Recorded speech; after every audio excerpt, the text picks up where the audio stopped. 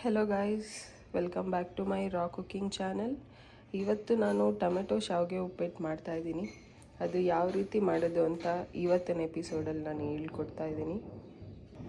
ಅದಕ್ಕೆ ಏನೇನು ಇಂಗ್ರೀಡಿಯೆಂಟ್ಸ್ ಬೇಕು ಅಂತ ಅಂದರೆ ಮೆಣಸಿನ್ಕಾಯಿ, ಕರಿಬೇವಿನ ಸೊಪ್ಪು, ಈರುಳ್ಳಿ, ಟೊಮೆಟೊ, ಒಗ್ಗರಣೆಗೆ ಜೀರಿಗೆ, ಉದ್ದಿನಬೇಳೆ, ಇದು 1 ಸ್ಪೂನಷ್ಟು ಬಿಳಿ ಎಳ್ಳು, ಸಾಸಿವೆ, ಇದು ಸ್ವಲ್ಪ ಹಿಂಗು, ಸಾಲ್ಟ್ ಮತ್ತು ಎಣ್ಣೆ.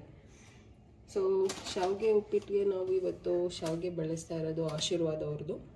ನಾನು ಇದನ್ನೇ ಬಳಸಬೇಕು ಅಂತೇನಿಲ್ಲ, ನಿಮಗೆ ಅವೈಲಬಿಲಿಟಿ ಯಾವ ಥರ ಇರುತ್ತೆ ಅದ್ರ ಥರನೇ ನೀವು ಬಳಸ್ಕೋಬೋದು. ಈಗ ಫಸ್ಟು ಬಾಣಲೆ ಕಾದಿದೆ, ಆಯಿಲ್ ಹಾಕೋತಾ ಇದ್ದೀನಿ. ಈಗ ಸಾಸಿವೆ ಹಾಕೋತಾ ಇದ್ದೀನಿ. ಎಣ್ಣೆ ಕಾದ್ಮೇಲೆ ಹಾಕಬೇಕು.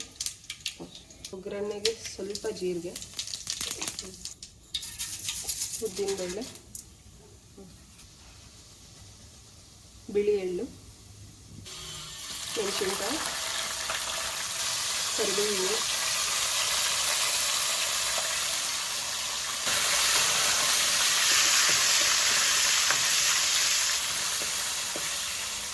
ಸ್ವಲ್ಪ ಹಿಂಗು,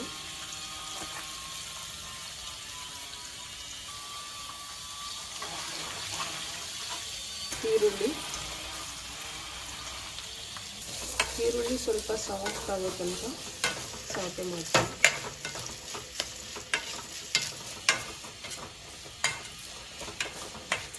ಸ್ವಲ್ಪ ಉಪ್ಪು ಹಾಕ್ತಾ ಇದ್ದೀನಿ, ಈರುಳ್ಳಿ ಸ್ವಲ್ಪ ಬೇಗ ಸಾಫ್ಟ್ ಆಗುತ್ತೆ.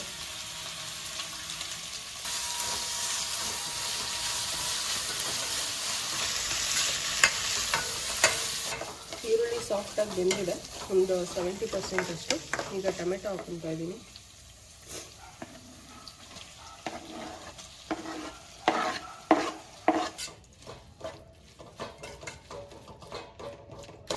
ಎಲ್ಲ ಸಾಫ್ಟಾಗಿ ಆಗಿದೆ. ಈಗ ಇದಕ್ಕೆ ನೀರು ಮಿಕ್ಸ್ ಮಾಡೋಣ. ಈಗ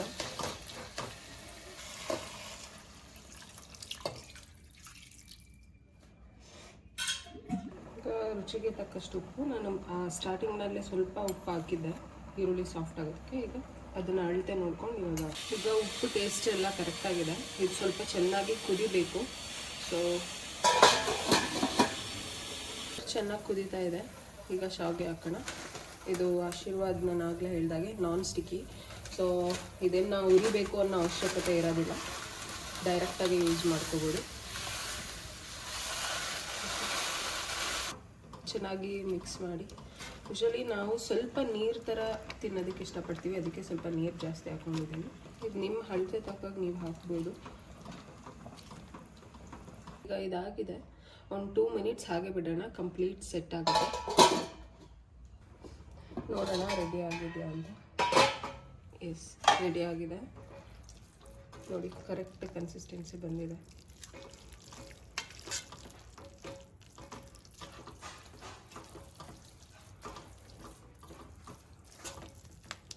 ನಾವು ಹಾಗೆ ಪ್ಲೇಟಿಗೆ ಸರ್ವ್ ಮಾಡೋಣ.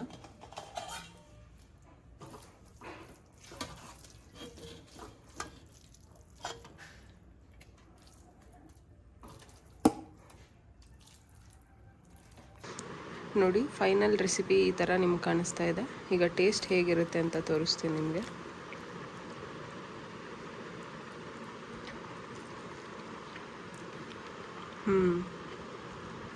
ಸಖತ್ತಾಗಿ ಬಂದಿದೆ ಟೇಸ್ಟು.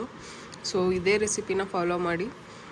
ನನಗೆ ಗೊತ್ತು ಶಾವಿಗೆ ಉಪ್ಪಿಟ್ಟೆಲ್ಲ ಎಲ್ಲರಿಗೂ ಮಾಡೋಕ್ಕೆ ಬರುತ್ತೆ ಅಂತ, ಬಟ್ ಕೆಲವೊಂದು ದಿನ ಈ ಥರನೇ ಸ್ಟೆಪ್ ಫಾಲೋ ಮಾಡಬೇಕಂತ ಇರುತ್ತೆ. ಅದಕ್ಕೋಸ್ಕರ ನಾನು ತೋರಿಸ್ಕೊಟ್ಟಿದ್ದಷ್ಟೇ. ಸೊ ಇದೇ ಥರ